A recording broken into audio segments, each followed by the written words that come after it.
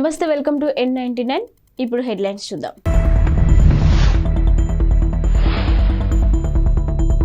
Corona భయంతో ముందుగానే మేడారానికి పోటెత్తిన భక్తులు.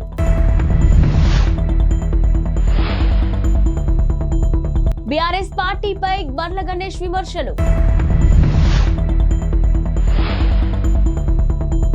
నడి రోడ్డుపై యువతి డ్యాన్స్. టీఎస్ఆర్టీసీ ఎండీ సజ్జనార్ స్పందన. మేడారం జాతరకు ఇంకా 2 నెలల సమయం ఉండగానే భక్తులు అప్పుడే పోటెత్తుతున్నారు. కరోనా కేసులు పెరిగితే మళ్లీ రాలేమన్న భయంతో తండోపతండాలుగా తరలివస్తున్నారు. వరుస సెలవులు రావడంతో ఆదివారం ఏకంగా 1,00,000 మంది వనదేవతలను దర్శించుకున్నారు. అమ్మక్క శారలమ్మ దేవతలకు పసుపు కుంకుమ ఎత్తు బెల్లం మొక్కులు చెల్లించుకున్నారు. ఇక అపార జనసందోహం అరకొర ఏర్పాట్ల కారణంగా మేడారానికి వచ్చిన భక్తులు ఆదివారం ఇబ్బందులు ఎదుర్కొన్నారు. జాతరకి ఇంకా 2 నెలల సమయం ఉండటంతో ఇటీవలే ప్రభుత్వం జాతర నిర్వహణకు 75 కోట్లు కేటాయించింది. ఇక టెండర్ల ప్రాసెస్ నడుస్తుంది. ఇంకా పనులేవి మొదలు కాకపోవడంతో సరైన సౌకర్యాలు లేక భక్తులు అవస్థలు పడ్డారు. రద్దీ ఎక్కువగా ఉండటంతో ఓ దశలో దేవతల గద్దెల వద్ద తోపులాట కూడా జరిగింది. ఇక మేడారం చుట్టుపక్కల ప్రాంతాల్లో ఎక్కడ చూసినా ప్రైవేట్ వెహికల్స్ కనిపించాయి. ఇక కన్నెపల్లి రోడ్డు వైపు వాహనాలు పార్క్ చేసుకోవడానికి పోలీసులు అనుమతించడంతో అక్కడి నుంచి గద్దెల వరకు భక్తులు కాలినడకన వెళ్లాల్సి వచ్చింది. మరోవైపు అకస్మాత్తుగా పెరిగిన రద్దీతో అధికారులు కూడా తలలు పట్టుకుంటున్నారు.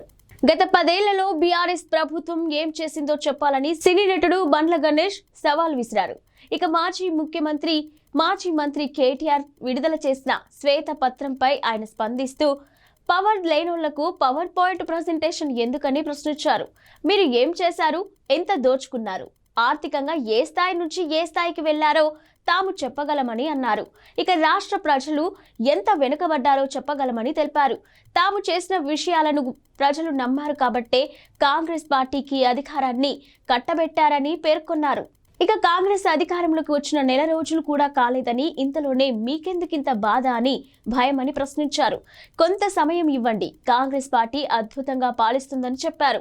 షార్ట్ వీడియోతో పాపులర్ అయిపోవాలనే తపనతో ఇటీవల ఓ యువతి నడి రోడ్డుపై డాన్స్ చేసి నానా రచ్చ చేసిన విషయం తెలిసిందే. ఇందుకు సంబంధించిన వీడియో నెట్టింట వైరల్ గా మారింది. ఇక యువతి తీరుపై తీవ్ర అభ్యంతరాలు వ్యక్తమవుతున్న నేపథ్యంలో తాజాగా టీఎస్ఆర్టీసీ ఎండీ సజ్జనార్ కూడా స్పందించారు. యువతలో ఈ పెడుధోరణులు విచారణకరమని ఆవేదన వ్యక్తం చేశారు. నేటి యువతకు ఇన్స్టా రీల్స్, యూట్యూబ్ షార్ట్స్ పిచ్చి పట్టుకోవడం బాధాకరమని పేర్కొన్నారు. ఇక సమాజానికి పనికి వచ్చే పనులు చేసి నలుగురికి ఆదర్శంగా నిలవాలని యువతరం సోషల్ మీడియా మత్తులో పడి జీవితాలను నాశనం చేసుకుంటుందని పేర్కొన్నారు. ఇక సోషల్ మీడియాలో రాత్రికి రాత్రే పాపులర్ కావడం కోసం నడి రోడ్డుపై ఇలాంటి వెర్రి చేష్టలు చేస్తూ ఇతరులకు తీవ్ర అసౌకర్యాన్ని కలిగించడం ఏం ఆనందమో ఏమో అంటూ ఆయన ఎక్స్ వేదికగా పోస్ట్ చేశారు. తెలుగు రాష్ట్రాల రాజకీయాలు అత్యంత ఆసక్తికర పరిమాణం చోటు చేసుకుంది.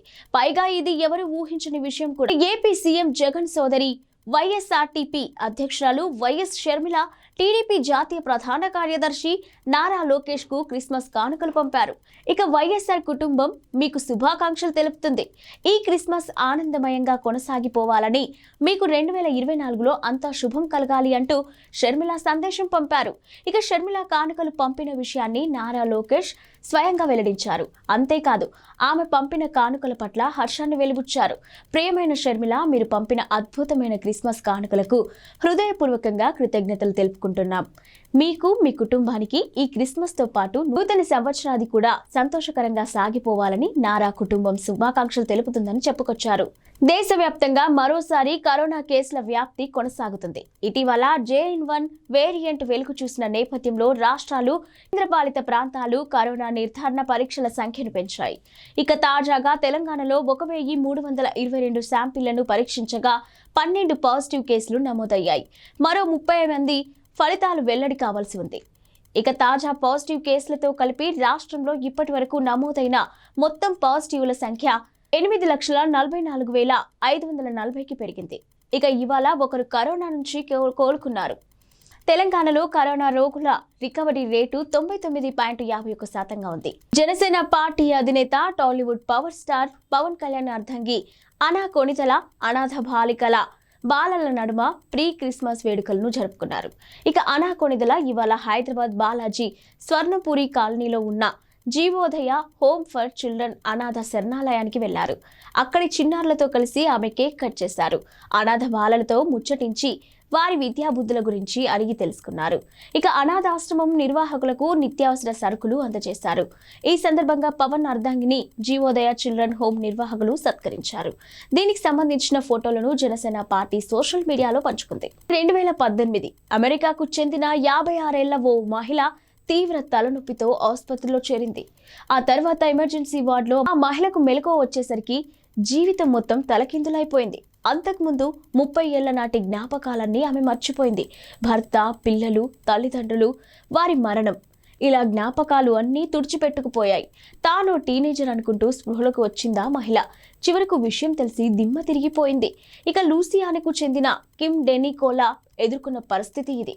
ఇటీవల క్రిస్మస్ సందర్భంగా 60 ఏళ్ల ఆ మహిళను మీడియా మళ్లీ పలకరించగా నాటి విషయాలను మరోసారి ఆమె పంచుకుంది.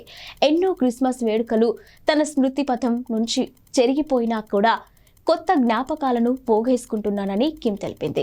ఇక అప్పట్లో తాను రాసుకున్న డైరీలు చదువుతుంటే వేరే వ్యక్తి జ్ఞాపకాలు చూస్తున్నట్టుగా అనిపిస్తుందని వెల్లడించింది.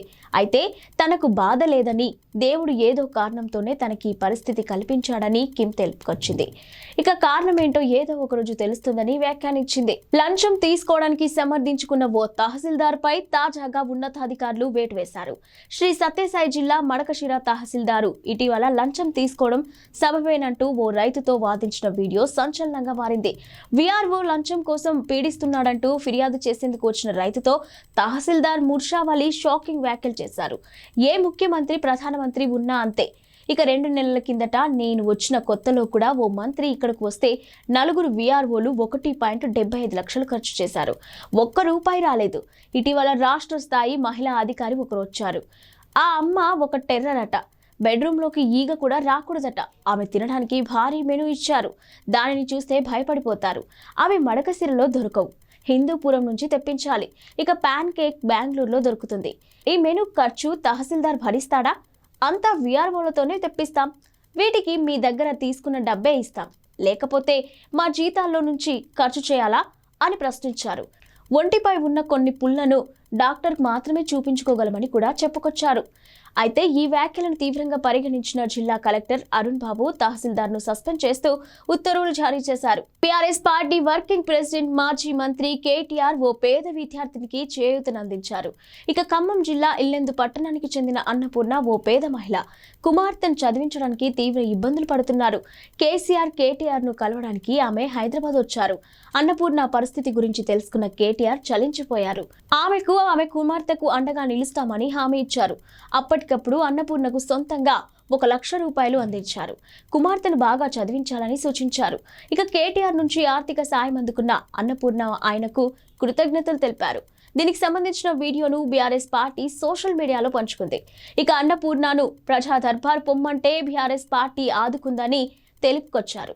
ఇక అధికారంలోకి వచ్చిన తర్వాత వారం రోజుల పాటు హడావుడి చేసిన ప్రజా దర్బార్ కేవలం ప్రచారానికే పరిమితమైనట్టు కనిపిస్తుందని బీఆర్ఎస్ ఎద్దేవా చేసింది. తెలంగాణలో కొత్త ప్రభుత్వం వచ్చాక కీలక స్థానాల్లో ఉన్న అధికారులకు స్థానచలనం కలుగుతుంది. ఇక తాజాగా 7 సీనియర్ అధికారులను బదిలీ చేశారు. ఇక బదిలీ అయిన వారిలో 6 ఐఏఎస్లు కాగా 1 ఐపీఎస్ అధికారి. ఇక రంగారెడ్డి జిల్లా కలెక్టర్ గా గౌతమ్ పొత్రును నియమించారు.